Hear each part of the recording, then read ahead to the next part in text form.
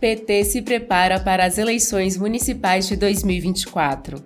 Reforma tributária avança na Câmara. Presidente Lula segue cumprindo suas promessas de campanha. Os sinais positivos da economia, início da campanha contra os juros abusivos do BC e muito mais. Eu sou Ju Matos e esse é o 13 Minutos, podcast semanal de notícias do Partido dos Trabalhadores e das Trabalhadoras.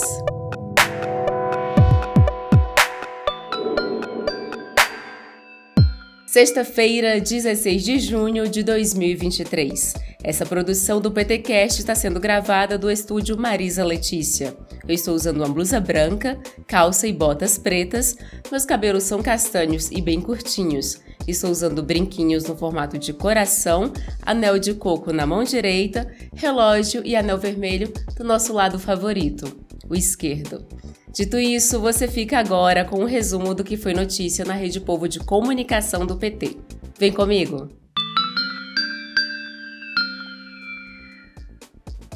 O ano que vem já está batendo na porta e junto com ele vem as eleições municipais. Por isso, na segunda-feira, o secretário-geral nacional do Partido dos Trabalhadores, Henrique Fontana, comentou no jornal PT Brasil sobre como tem sido a preparação do partido e da Federação Brasil da Esperança para o pleito de 2024.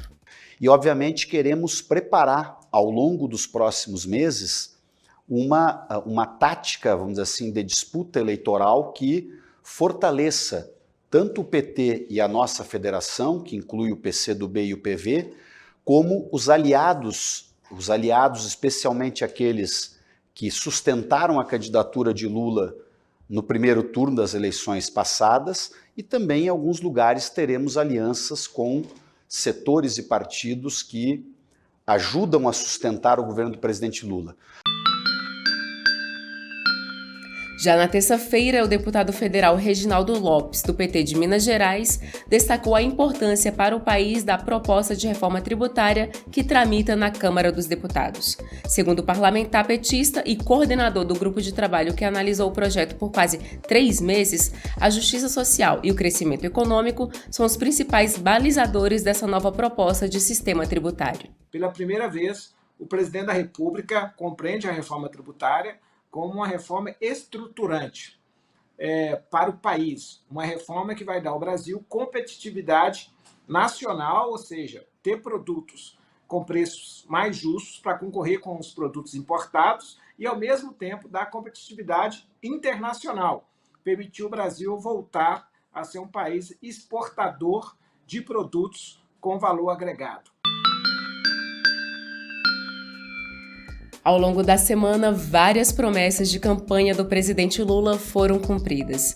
Na quarta-feira, a Câmara dos Deputados aprovou a medida provisória que muda o programa Mais Médicos para permitir a prorrogação de contratos e criar indenizações de incentivo ao exercício da atividade, principalmente em regiões mais distantes e em áreas de maior vulnerabilidade social no país. O texto base foi aprovado por 353 a 58 votos. Agora ele seguirá para o Senado. O presidente Lula anunciou a nova versão do Mais Médicos em março, com a abertura de 15 mil novas vagas. Até o final de 2023, serão 28 mil profissionais fixados em todo o país. Na quarta-feira, o deputado federal do PT da Bahia, Jorge Sola, falou sobre o relançamento do programa Farmácia Popular do Brasil, também em entrevista ao jornal PT Brasil. São 55 milhões de brasileiros a estimativa de que essa nova fase do Farmácia Popular venha atender. O orçamento para esse ano é de 3 bilhões de reais e ampliou o elenco de medicamentos. Inclusive, as mulheres vão ter um cuidado especial nesse acompanhamento da farmácia popular, da mesma forma a população indígena. As pessoas do Bolsa Família vão ter uma atenção especial do programa.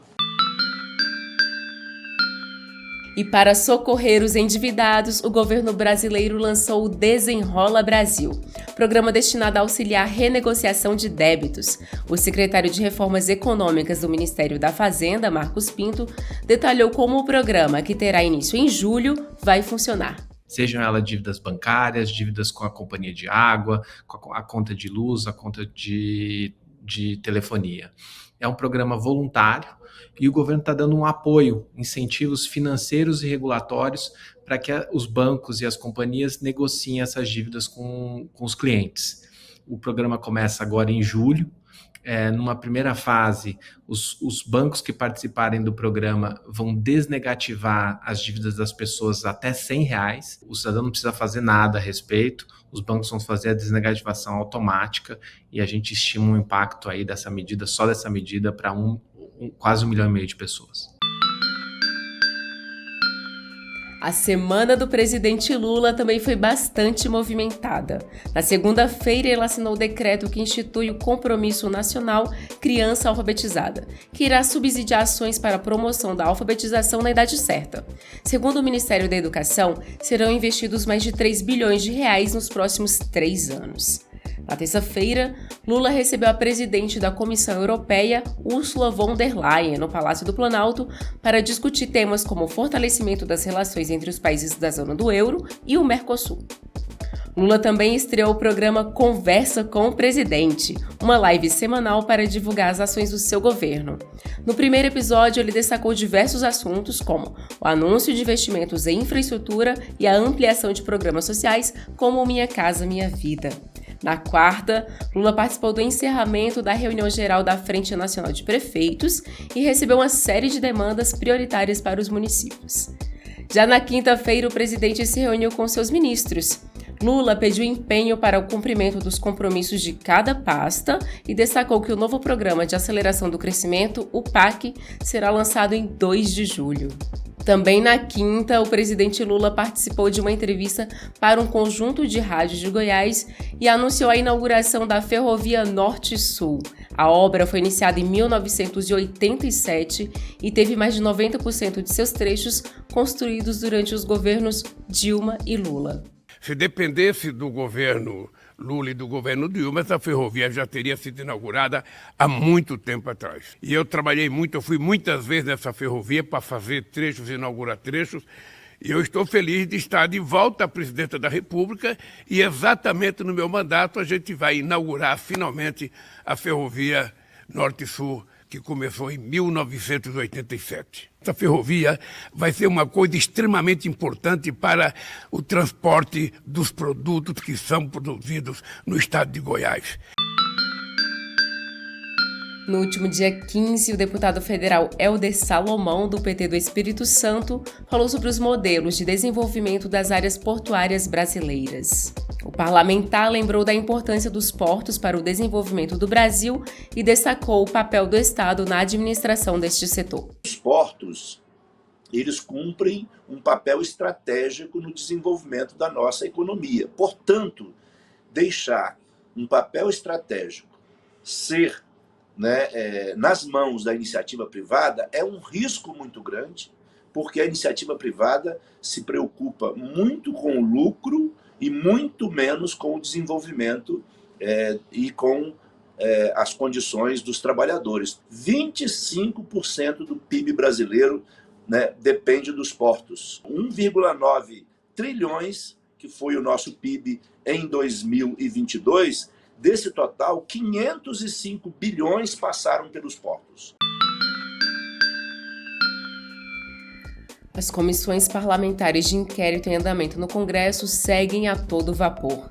O deputado federal Carlos Veras, do PT de Pernambuco, comentou sobre a CPMI do golpe. Ele lembrou que a atuação dos bolsonaristas para desestabilizar o país começou logo após o resultado das eleições do ano passado e falou sobre os primeiros nomes que deverão depor nas próximas sessões. Primeiro depoente na CPMI vai ser o Vasque, que era o responsável pela polícia rodoviária. O Mauro Cid, por exemplo, é um depoimento muito esperado, que já está convocado, como o general Heleno. Tem vários nomes que são importantes no processo de investigação, porque todos eles tinham acesso direto ao ex-presidente Bolsonaro e todo mundo, em sã consciência, sabe que essa tentativa de golpe tem uma participação direta do próprio ex-presidente Bolsonaro.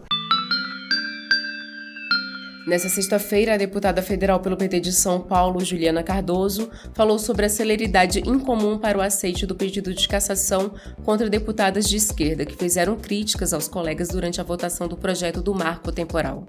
A gente percebe que tem um debate, né, e tem um ataque especificamente para as mulheres de esquerda, mulheres progressistas e mulheres que têm uma atuação intensa no Congresso, ou que estão colocadas na CPI, ou como são vice-líderes, ou que estão debatendo uma pauta muito importante para a cidade, como foi o marco temporal, né?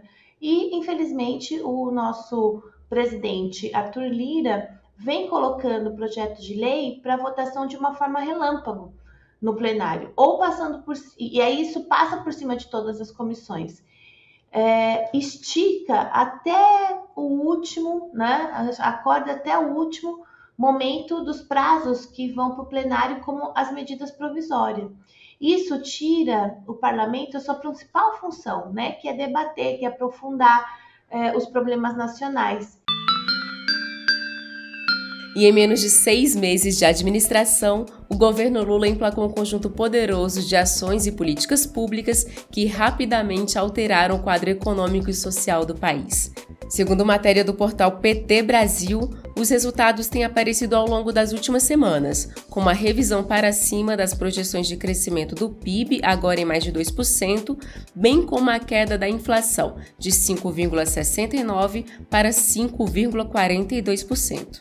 O ministro da Fazenda, Fernando Haddad, comemorou a primeira avaliação positiva em 4 anos da agência de risco SIP.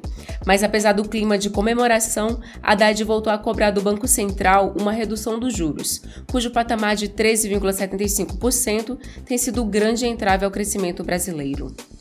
Contra os juros abusivos do Banco Central, a CUT e demais centrais sindicais deram início hoje a uma campanha nacional para exigir do BC a redução da taxa Selic, que é a mais alta do mundo. Quem conta os detalhes para a gente é a repórter da Rádio PT, Thaísa Vitória. A campanha nacional pela redução dos juros começa na próxima sexta-feira, dia 16, com o Dia Nacional de Lutas contra os Juros Altos e o lançamento da jornada, explicou a presidenta nacional do PT, Gleisi Hoffmann. É para mudar essa situação que estamos convocando a sociedade brasileira num movimento amplo contra os juros altos. Junto com as centrais sindicais e movimentos sociais, iniciaremos no dia 16 desta semana, sexta-feira, uma jornada nacional contra os juros altos e a política do presidente do Banco Central. A jornada irá até o dia 2 de julho. Dia 16 serão atos, caminhadas, panfletagens, reuniões em todo o Brasil. Informe-se no site do PT, na CUT de seu estado e participe. E esse foi mais um 13 Minutos, com os destaques dos últimos dias da Rede Povo de Comunicação do PT. Se você ainda não segue o 13 Minutos no seu aplicativo, clica aí no botão seguir para você não perder nenhum episódio. E se você gostou, pode deixar 5 estrelas na avaliação. Afinal, a gente ama estrelas. E faz como a Maria de Fátima e deixa um comentário para a gente lá no YouTube. Ela escreveu que já compartilhou muito o programa. Obrigada, Fátima! E eu me despeço agora, desejando um ótimo final de semana a todos, todas e todes. A gente se encontra no próximo 13 Minutos.